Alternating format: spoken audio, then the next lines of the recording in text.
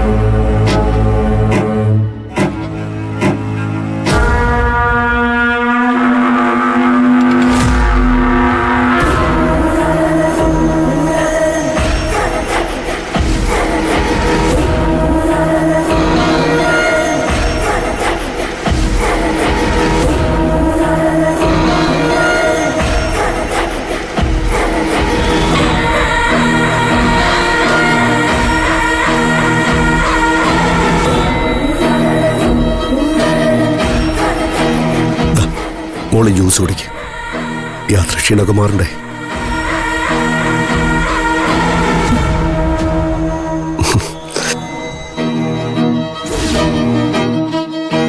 കുടിക്ക്.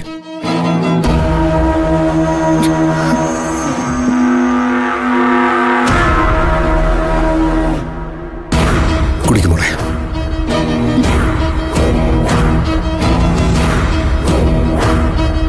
കുടിക്ക്.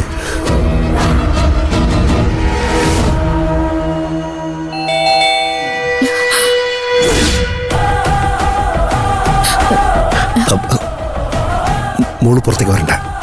ആരാണെന്ന് ഞാൻ നോക്കിയിട്ട് വരാം.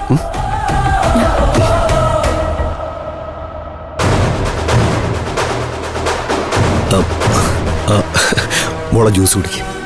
എന്നിട്ട് നന്നായിട്ട് വിശ്രമിക്കട്ടോ. അപ്പോഴത്തേക്ക് അച്ഛൻ ആരാണെന്ന് നോക്കിയിട്ട് വരാം.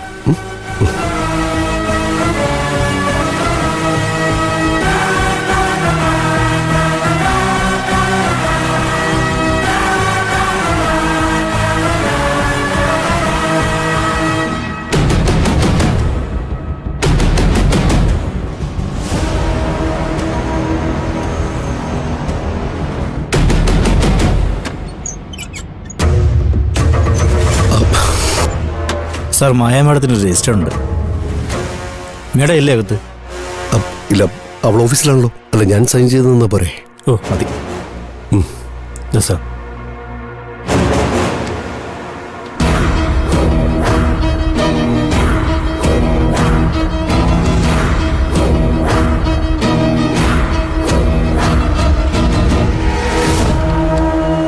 ശരി സാർ.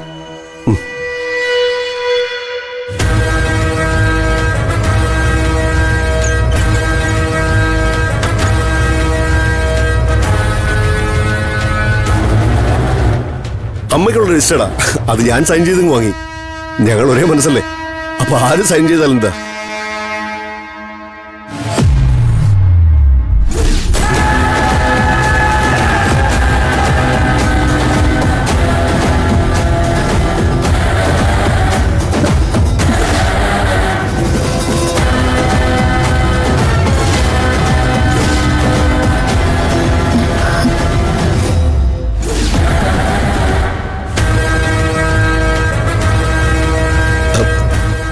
ജ്യൂസ് മോള് കുടിച്ചില്ലേ?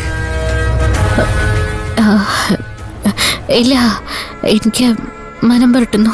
അതോ മോക്കെന്നെ വിശ്വാസമില്ലേ?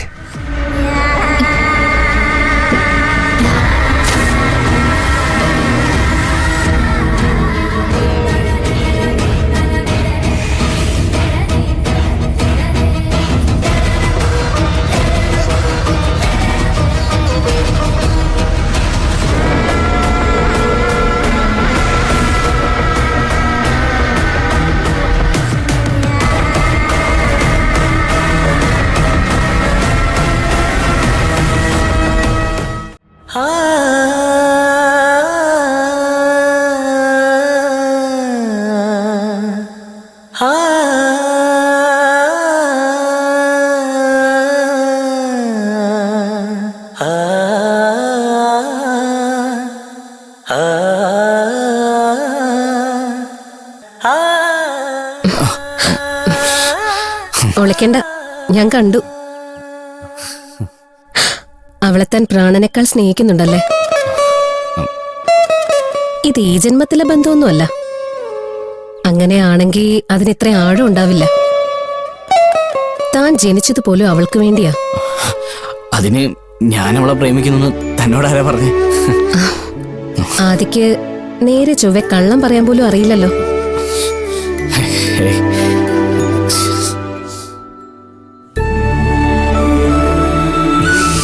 തന്നെ ഞാൻ ഒരിക്കലും കുറ്റം പറയില്ല. മനസ്സുകൊണ്ട് സ്നേഹിക്കുന്നവർക്ക് ഒരിക്കലും മറക്കാനാവില്ല. ഇനി അവര് നമ്മളെ എത്രയൊക്കെ തള്ളി പറഞ്ഞാലും എന്റെ അവസ്ഥ തന്നെ കണ്ടില്ലേ? നമ്പടി എന്ന് പറഞ്ഞ ആ വൃത്തികെട്ട മനുഷ്യന് ഞാൻ സ്നേഹിച്ചത് മനസ്സുകൊണ്ടായിപ്പോയി.